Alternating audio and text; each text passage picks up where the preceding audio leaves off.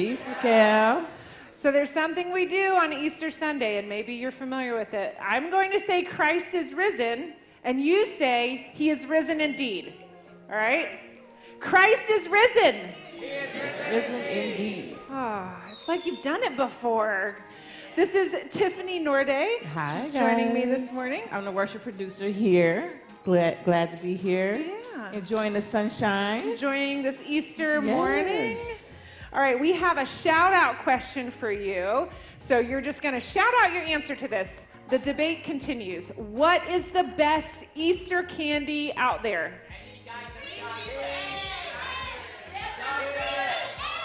I heard Reese's Eggs. I heard chocolate. I heard Starburst. Clearly, we love candy. Somebody said Peeps. Peeps? Peeps is the devil. No, I'm just playing. Peeps. Yeah, I'm not a big Peeps fan. I'm not gonna lie to you either. All right, we're gonna have some worship. Join me in standing, and we're going to sing "Glorious Day."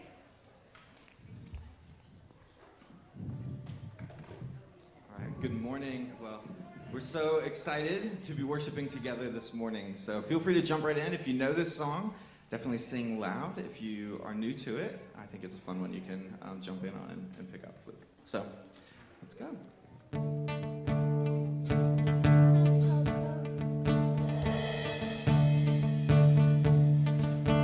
I was buried beneath my shame.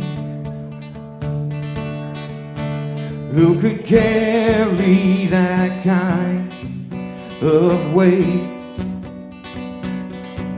It was my tomb till I met you.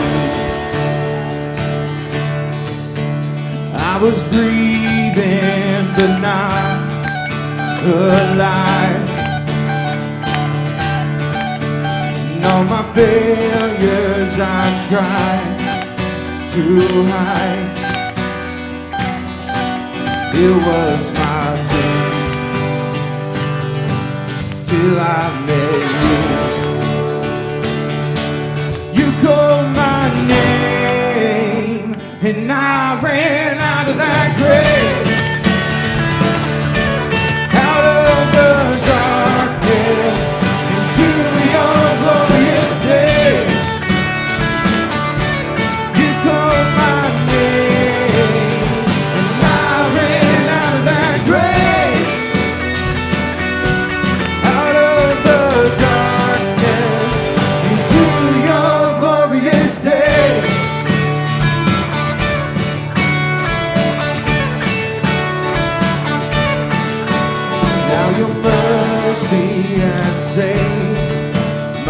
Soul.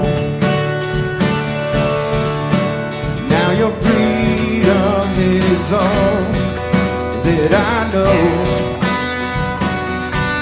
The old made new.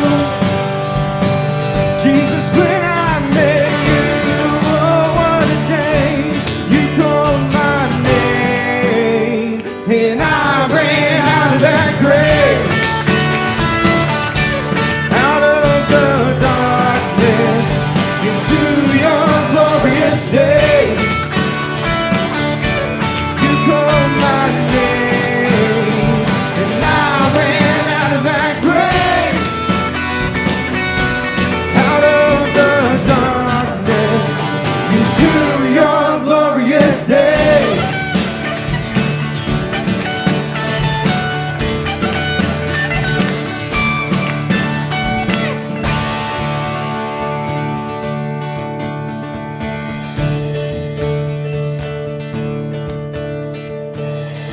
Needed rescue, my sin was heavy. The chains break at the weight of your glory. I needed shelter, I was an orphan, but you called me a citizen of heaven. When I was broken, you were my healing. Now your love is the air that I'm breathing. I have a future, my eyes are open. I ran out of that grave.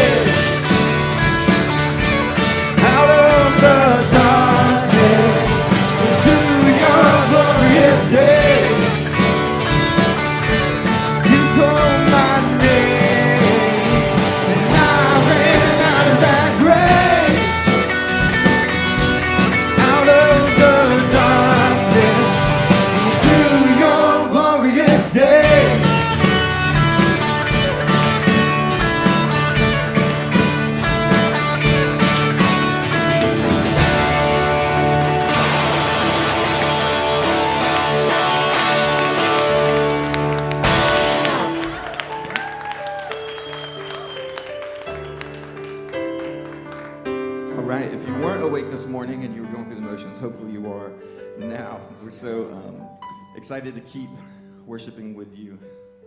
So sing this song with us as well.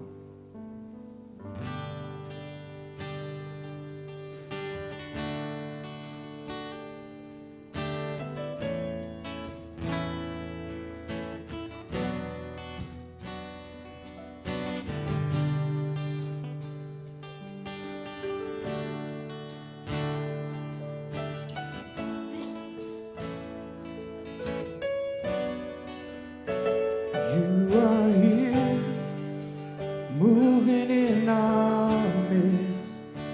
I worship you, I worship you. You are here, working in this place. I worship you, I worship you. 'Cause you are waymaker, miracle worker, promise keeper, light in the darkness. My God, that is who you are. You are waymaker, miracle worker, promise keeper, light in the darkness. My God, that is who you are. You are here, touching every heart. I worship you, I worship you.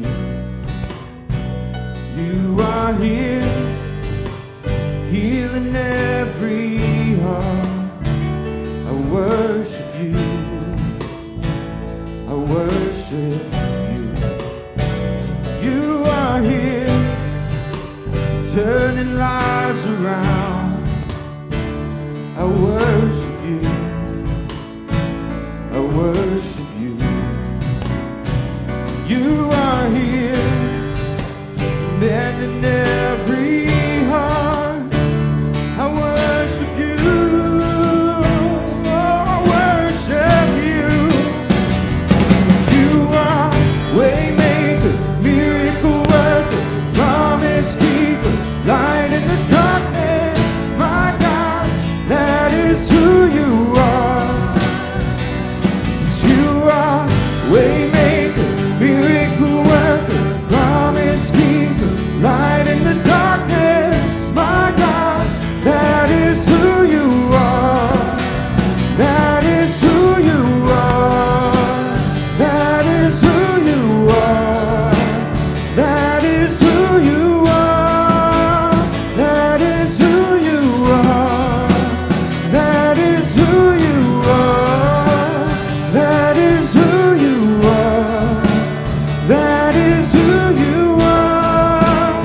That is who you are.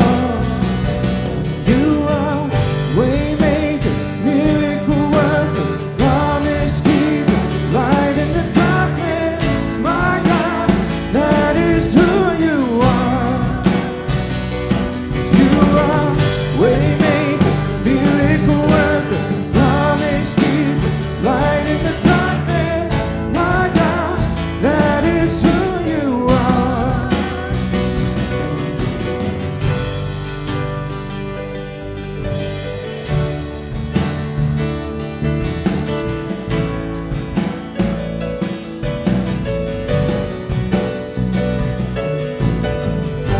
Even when I don't see it, you're working. Even when I don't feel it, you're working. You never stop, you never stop working. You never stop, you never stop working. Even when I don't see it, you're working. Even when I don't feel it, you're working. You never stop, you never stop working. You never stop, you never stop working. Even when I don't see it, you're working. Even when I don't feel it, you're working. You never stop, you never stop working. You never stop, you never stop working. Even when I don't see it, you're working. Even when I don't feel it, you're working. You never stop, you never stop working. You never stop, you never stop. You are waymaker, miracle worker,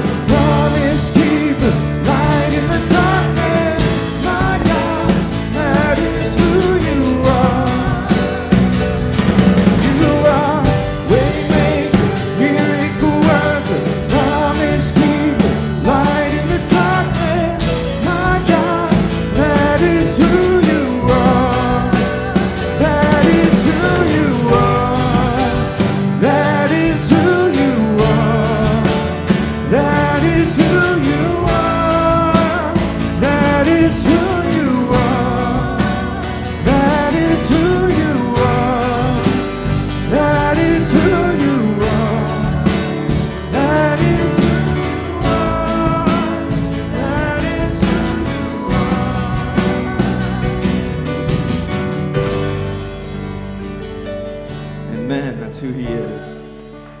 I invite you to go ahead and have a seat as we continue on this morning.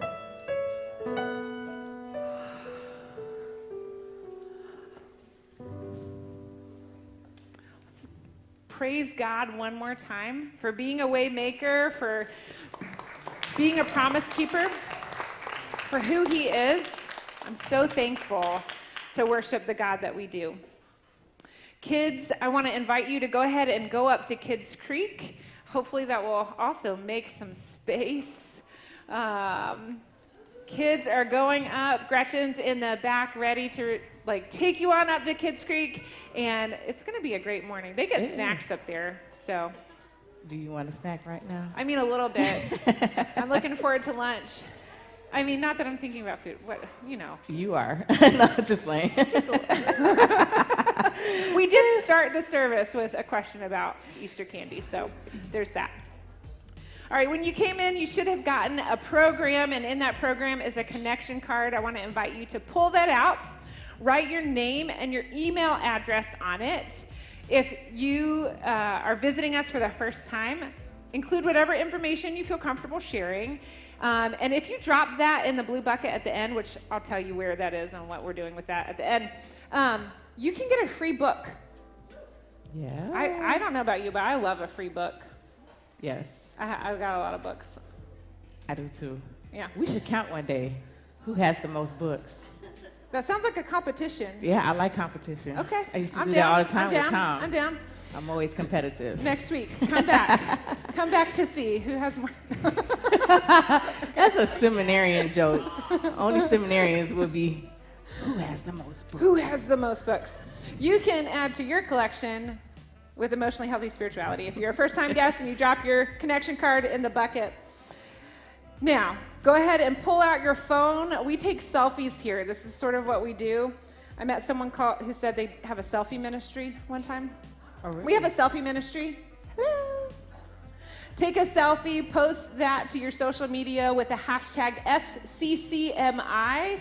And maybe next week you will be featured as our selfie of the week. I see a few cameras going. I see a few. I think we're going to have Trust us, it's some totally good okay. You can take your cameras out. pictures to choose from. Show us your beautiful faces. Although if you do include the hashtag SCCMI, I'm going to assume that you're okay with being featured as our selfie of the week. Yeah, and look This who our week- selfie of the week is this week. Bob and Elvia, and we've got some We got 2 Inception sets level of photo bombers. Yeah, that's fun. Yeah. Yeah, I'm sure we've got some good photo bombs here happening too. That's the other competition that happens, is who can get the best photo bomb. Yeah. All right. Well, this week we're kicking off a series on meeting God in dark spaces. We're going to talk about lots of things today and over the next couple of weeks. Yeah. And our message begins with this.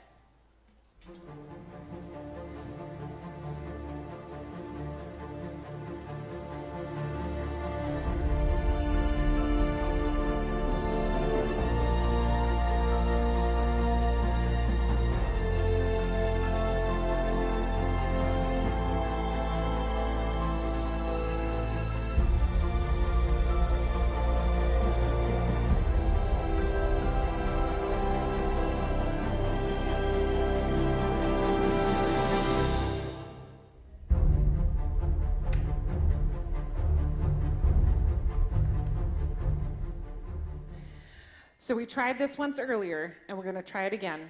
I'm going to say Christ is risen, and you say he is risen indeed. And we want to make sure people can hear us online, okay? Are you ready? Christ is risen. He is risen indeed. Oh, that sounds so good.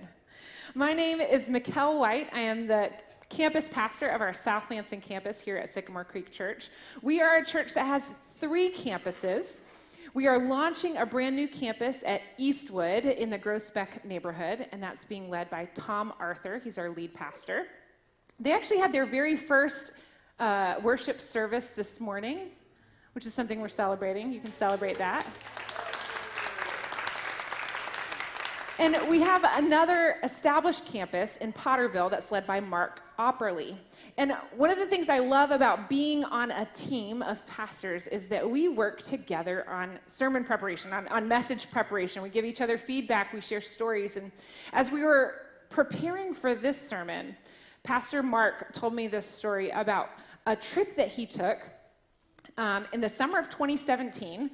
So his kids were still kids. They're like adults now. Practically, they're not quite adult. Anyways, they're in 2017, they went out west for a camping trip, and they went to Mount Rushmore. And on their way to Mount Rushmore, the air conditioning went out in their vehicle.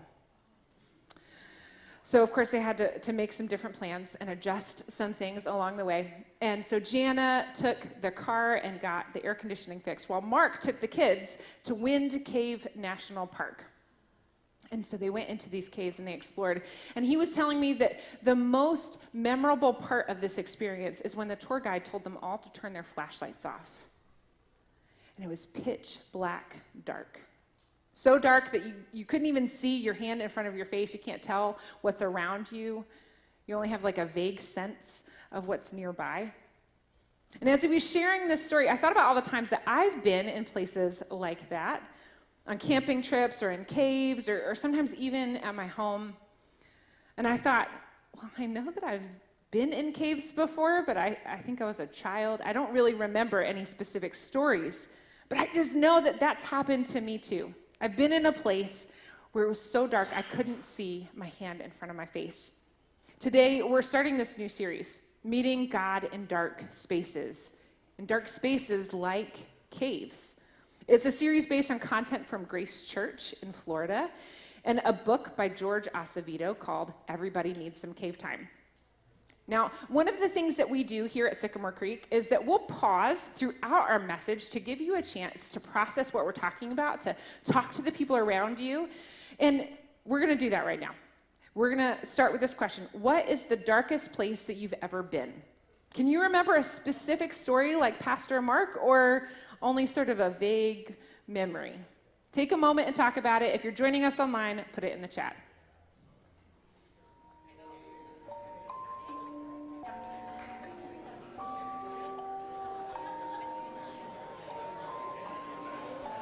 Break on that beat, gon' pray.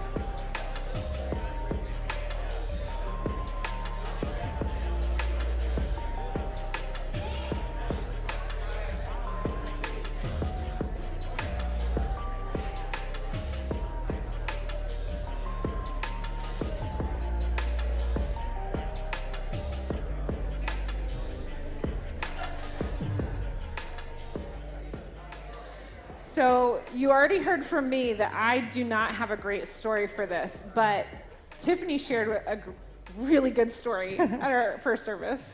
So in first service, I shared a story of when I was 25, I went on a trip to Israel. I stayed there for a month, not by myself. I went with a group of people. And one of our tours was to take we were going through an underground tunnel under the city of Jerusalem. And it was not a big space, but I was telling Mikhail, that must be a tour guide thing to start out with flashlights, and then at some point, let's turn them off. I don't think it's a good idea because we had to rely on the person in front of us in order to get through this tunnel. I can't believe it was quite an experience. You were walking. Huh? You were walking with we were the lights off. Like I would expect, okay, it was you're all fun standing with the flashlights, but when you turn the lights off, Absolutely not. It does create some anxiety. No, thank you. I'll pass on that one. So we'll be looking through this series at biblical stories of men and women who spent time in literal caves. Now, these cave experiences were defining moments for them. And today, on Easter Sunday, I want to suggest to you that just like these ancient characters, we too spend time in dark places, in our own sort of caves, and they are also defining moments for us. Now, each of the caves that we're going to look at they're smaller caves that are part of a larger cave system that we might call the cave of life. And in the cave of life, we have a choice whether we're going to seek God or hide from God. So next week, we're going to talk about Elijah and the cave of depression. After an unbelievable battle with prophets of Baal on Mount Carmel, he literally and emotionally slipped into a dark cave of depression. And he couldn't find his way out. He couldn't see his way out. It was too dark. Maybe you've been there. Maybe you are there now. We will invite each other to seek God together in that cave. And then we'll discuss Samson and the cave of anger. Samson probably could have used therapy. I'm going to be honest with you. So he killed 30 people at a party that was thrown in his honor. And then a few days later, he killed 1,000 people with the jawbone of a donkey. He had some serious anger issues. Maybe you've been there. Maybe you are there now. We will invite each other to seek God together in that cave. And then finally, we're going to look at Mary and Martha in the cave of grief. Mary and Martha agonize over the death of their brother Lazarus. Grief, like a tsunami, threatened to drown them and overwhelm them. Their brother was dead, and they were lost in their grief. Maybe you've been there, or you are there now. We're going to invite each other to seek God together in that cave. We'll find together that each of these biblical characters experienced the reality that life can leave us bruised. Life is iffy. It has a big IF in the middle of it. And we hope that through each week of this series, you might meet God in these dark places that you're in. Each of the dark places in these caves in our lives, they're connected. They're part of a larger system that we call life that brings with it pain and sorrow. It's not really surprising, and yet we seem to be surprised every time we encounter pain and suffering. Jesus himself told us, in this world, you will have troubles. You've probably found this to be true. Jesus didn't promise that life would be without hardships. As a matter of fact, the Bible teaches us that God uses these journeys into our own personal dark places, these caves, and that they can be seasons for the shaping of our character and the building of our faith. And that's why when we talk about caves during this series, this is how we're going to talk about them. We're going to say that a cave can either be a hiding place or a holy place. A cave can be a hiding place or a holy place. Your season in your own unique cave, your dark space, is a place of choice. Will you allow the season of anger or fear or depression or grief or whatever it is that you're experiencing destroy you or develop you?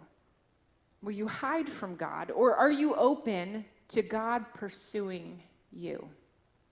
Now, sometimes we're totally overwhelmed in our caves. We can't see up from down. We can't tell out from in. We can't make sense of where we're at. We don't have the strength to even allow God to come to us. And if that's where you're at this morning, I'm sorry. It's okay if you need a minute to pause, to take your breath, to find some balance, to just be. And eventually, you have to make a choice. When we're ready, when you and I, we get to choose, is this going to be a hiding place or a holy place? The biblical characters that we're going to look at over the next few weeks, they sought God in their dark places, and they were transformed by their experiences. Their character was built, and their faith increased. Now, hours before Jesus' crucifixion, he told his disciples all that he and they would endure. And then he told them that they would experience dark places, and that there's hope. Remember how I told you that Jesus said, in this world you will have troubles? Well, the rest of that sentence is helpful. He says, I've told you these things so that in me you may have peace. In this world you will have trouble, but take heart. I have overcome the world.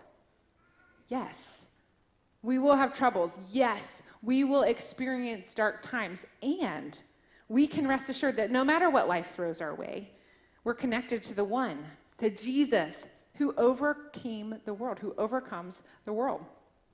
Notice that Jesus says, so that in me you may have peace. Followers of Jesus are given the promise of supernatural peace as we walk into and out of our own unique caves, as long as we take Jesus with us. So on this Easter Sunday, it's appropriate and right that we start the series with what's really the last of the dark spaces, the cave of resurrection. This is where the story of life in our lives is going, and we're spoiling the ending today. We're spoiling the ending. The dark place, this cave, it's a cave of victory. It's a cave of overcoming. It's a cave of deliverance, a cave of healing. But the cave of resurrection, it starts with the cave of death. The cave of resurrection starts with the cave of death. Now, you might already know the story of Jesus' death, but we're going to review it. The religious and political leaders conspired to kill Jesus, and they succeed. Jesus died. From Friday afternoon to early Sunday morning, Jesus is dead. There's no blood flow, there's no breathing, there's no pulse, there's nothing. He's dead. And then Matthew's gospel tells us that early on Sunday morning, Mary Magdalene and another Mary made their way to the tomb, which is a cave. It was where Jesus' dead body had been buried just 3 days earlier. An earthquake and an angel rolled away the stone from the cave, and this was not to let Jesus out. It was to let us in. Have you ever thought about the cave of resurrection that way? The stone was rolled away. Jesus did not need to move the stone to get out of the cave. The stone was rolled away so that we could get in to the cave of resurrection. The Marys look into the tomb and they see an angel. And this is what the angel said to them. Don't be afraid. I know that you're looking for Jesus who was crucified. He's not here.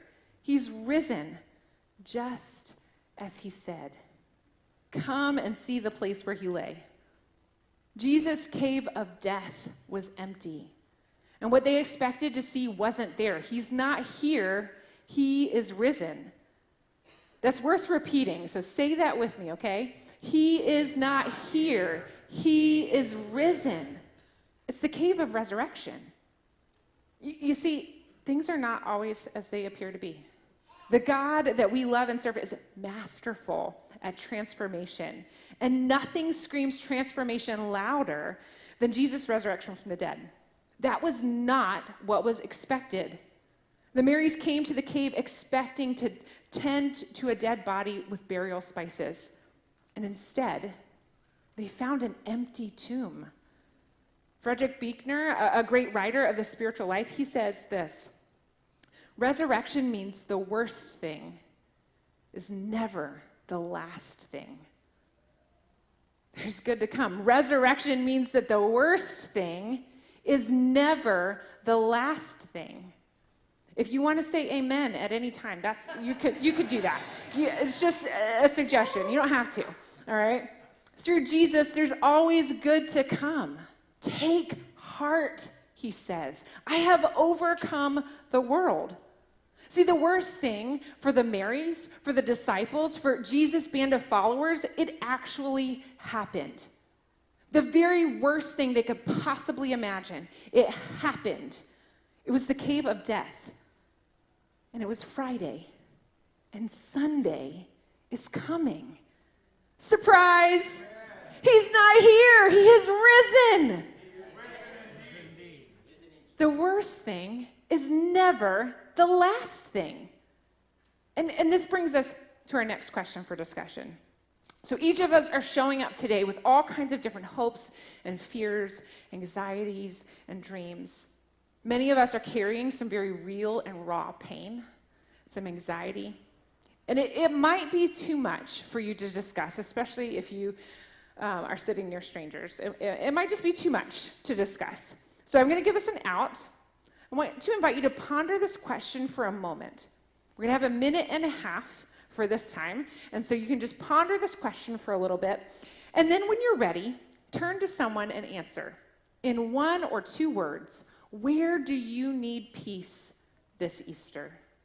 Take a minute and think about it and then talk about it.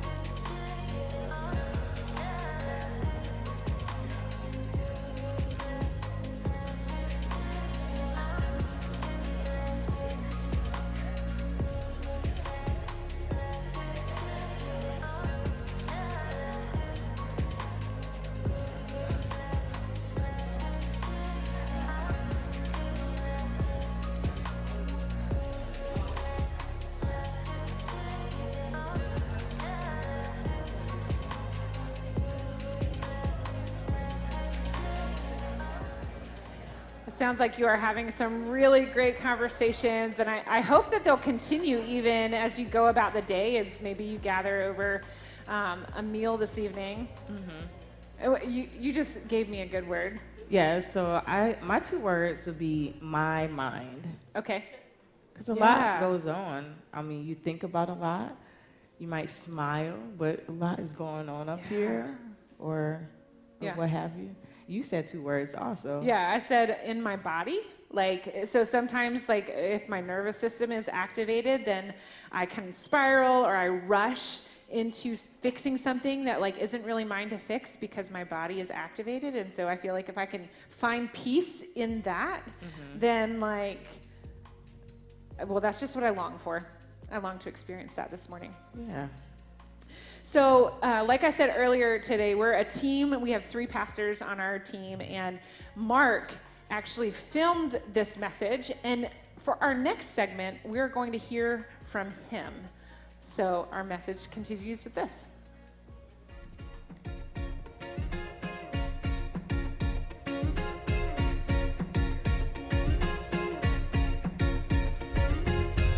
Easter Sunday, Resurrection Day. It is all about transformation.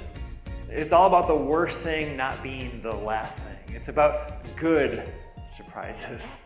You've probably had some bad surprises in your life. Like the moment when you receive a gift from someone that's maybe what you weren't expecting and wasn't something you really wanted. I still remember how awkwardly and poorly I navigated those moments as a kid. Or maybe you've had the bad surprise of giving a gift to someone and seeing that you totally miscalculated on it. Resurrection is a surprise in the best possible sense. It's about experiencing what was not expected in a good way. And God wants to do God's transformational work in you. Here's a question today for Easter Sunday. How can Jesus transform me in the cave of resurrection? Or you? What can happen to us as we peer into the cave of resurrection?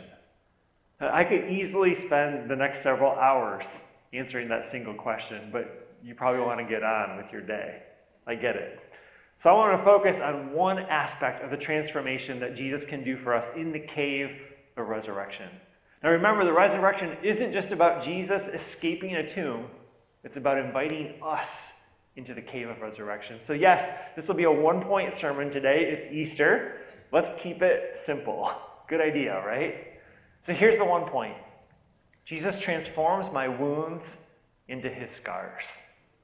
Will you say that with me, please? Jesus transforms my wounds into his scars.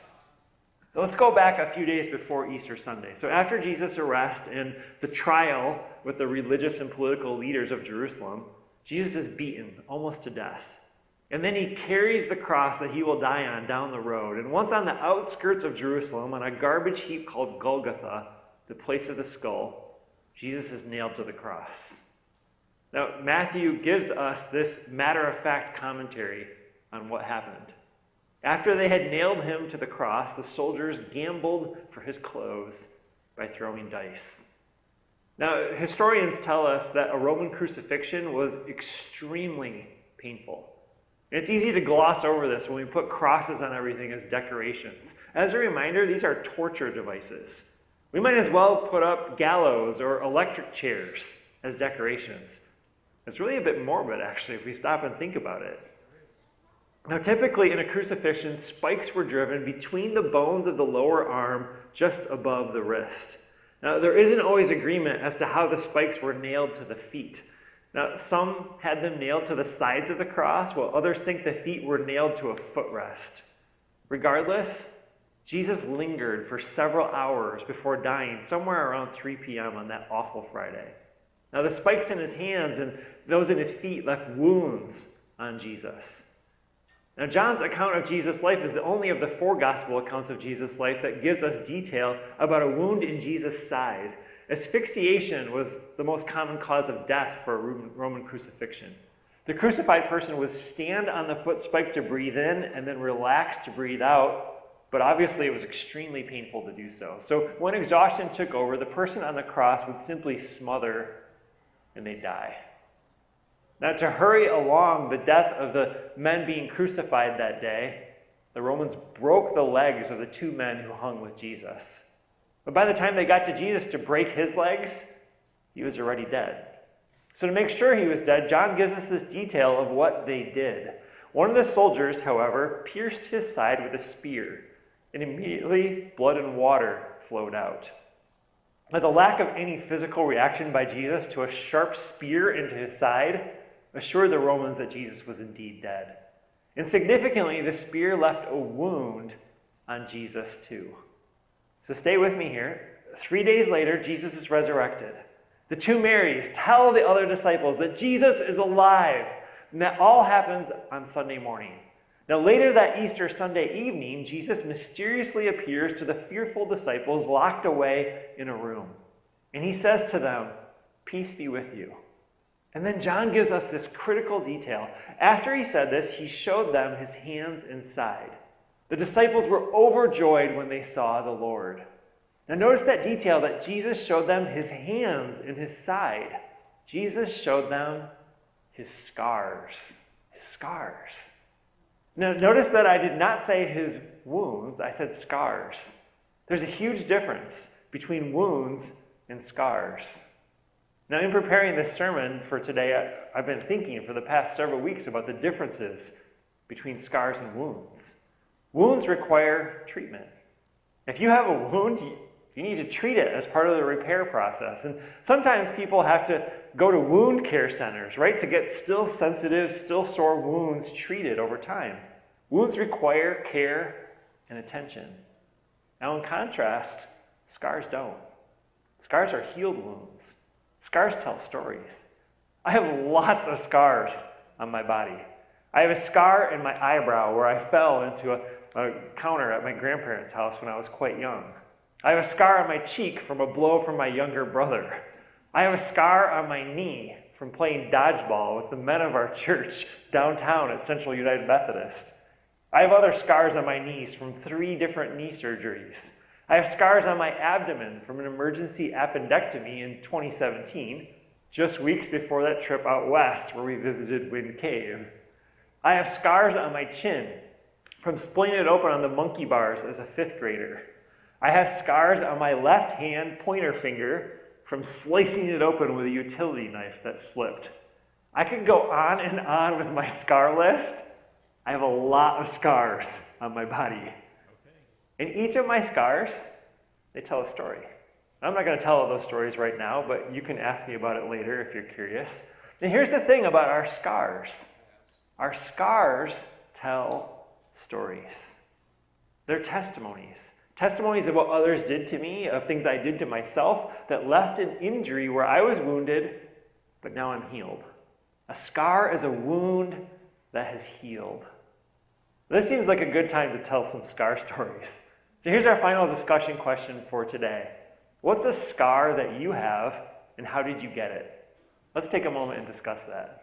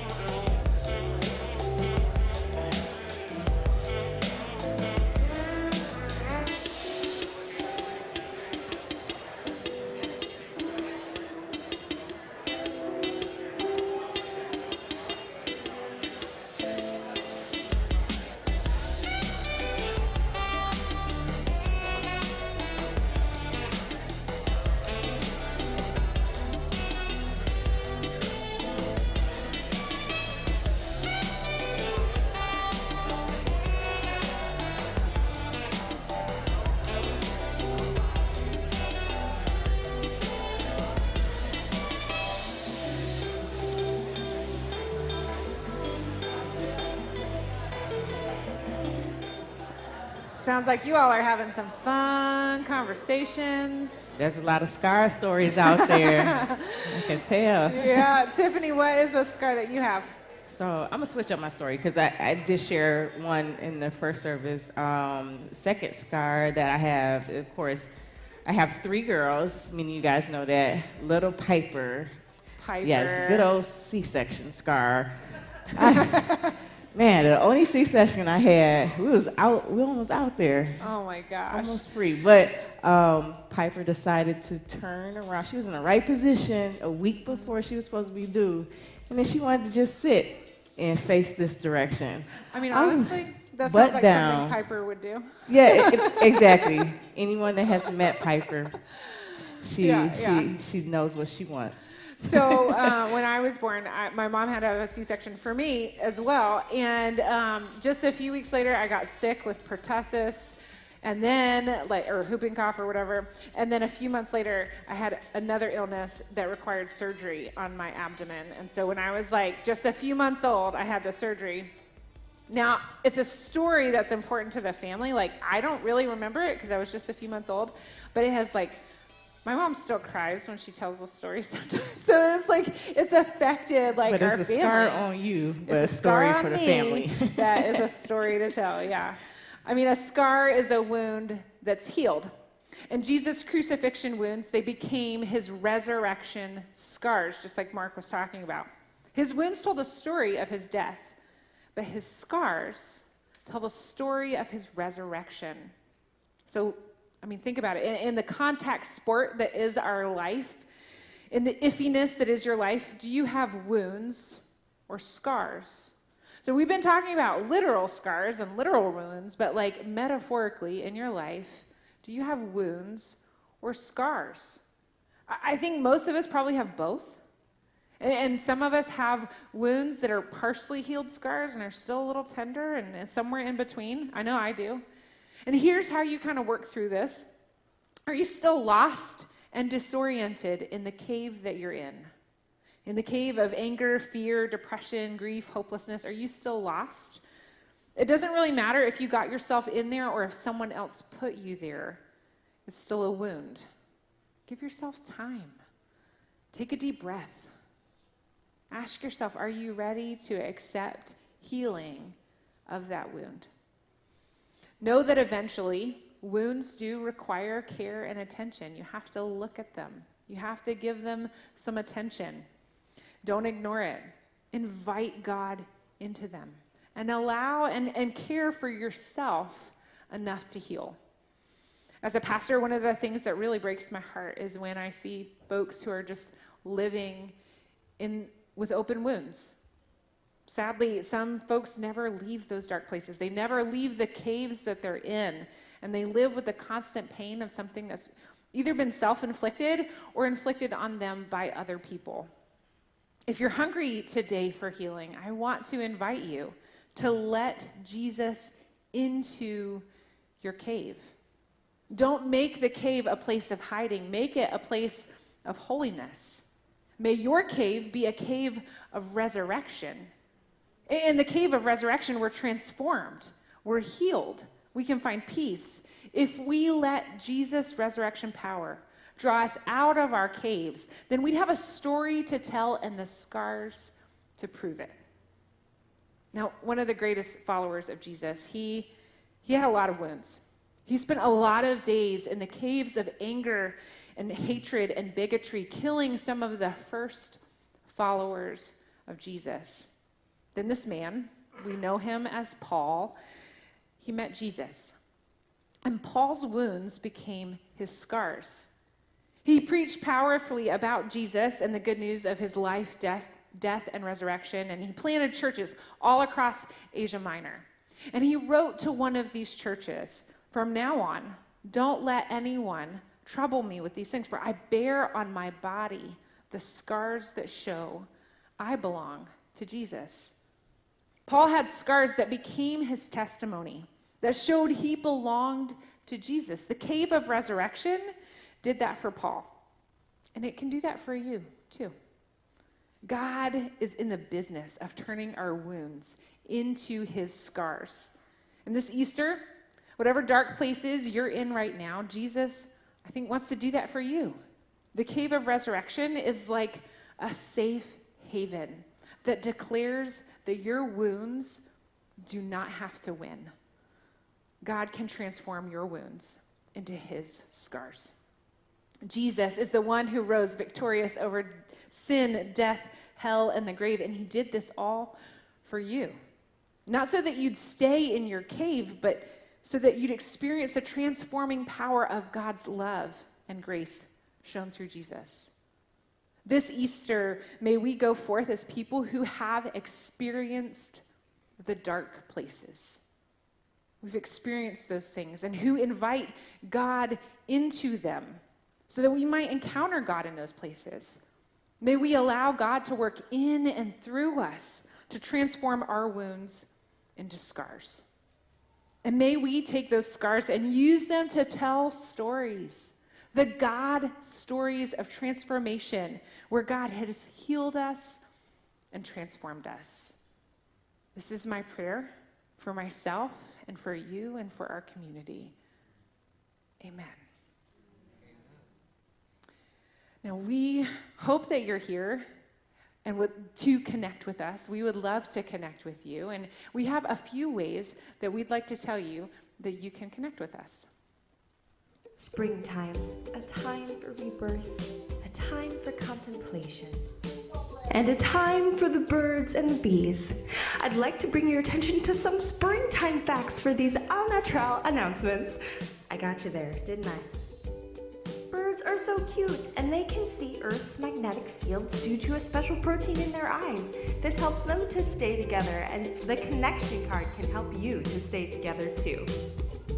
Get connected and take the next step at sycamorecreekchurch.org/connect. During a bird's long migration, they're always one step ahead. You can be one step ahead too by saving the date for our celebrations at Waldemar, worshiping in the community, July 2023. Now bees are responsible for chocolate, coffee, strawberries, and all the wonderful things you love. And that's especially important for our community garden work day at Eastwood on April 15th, 10 to 12 p.m. We're certainly seeing a change in spring with all of that rain. That tells tells the bees and the birds and the bears to come out of hibernation. Come out of your own hibernation this April with the Understanding Racism workshop. Learn something new, ask your questions, and learn together more about understanding racism in a workshop in 6 sessions, Mondays throughout April and May. Register today at tinyurl.com/corespring23. That's CORESPRING 23. Your giving makes everything here possible at Sycamore Creek, from special events and holidays to supporting mission in Nicaragua. You can give at sycamorecreekchurch.org/give on the app, through mail, or the blue buckets at your seat. We're feeling all natural. Let's head back to the studio to see what your giving has made possible this week. All right, so pull out that connection card. I told you to hold on to it. I hope that you did. Turn it over. You can check your next step. You can even write down a prayer request. We have a team of people who will be praying over these cards this week. Drop it in the bucket. It should be nearby you somewhere. And if you have a gift to give, you can also drop that in the bucket as well. Your giving makes lots of things possible, and one of the things that it made possible this past week is that we had a Hoppy Hour event at Lansing Brewing Company. This was the very first community event for our new Eastwood campus. Yeah, so many people came Hundreds. out. Look at all these Hundreds of beautiful people. pictures.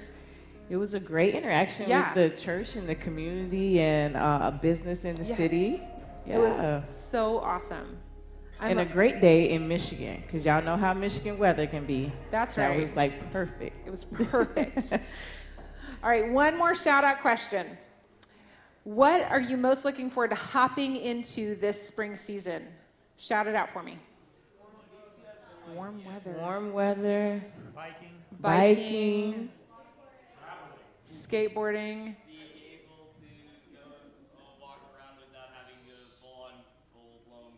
That's right. Walking around without a full-blown coat. I love it. I love it.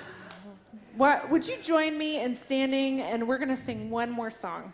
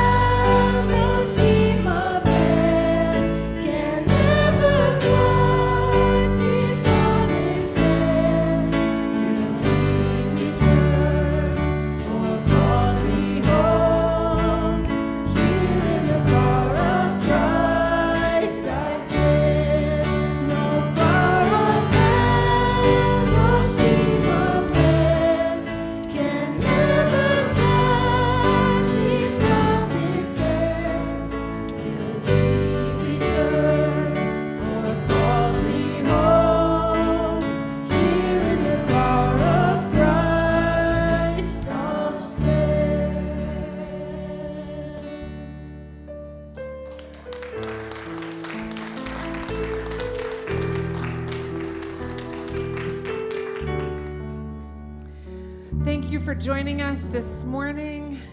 Have a blessed Easter. I hope to see you again next week as we continue our series. We're talking about Elijah in the cave of depression.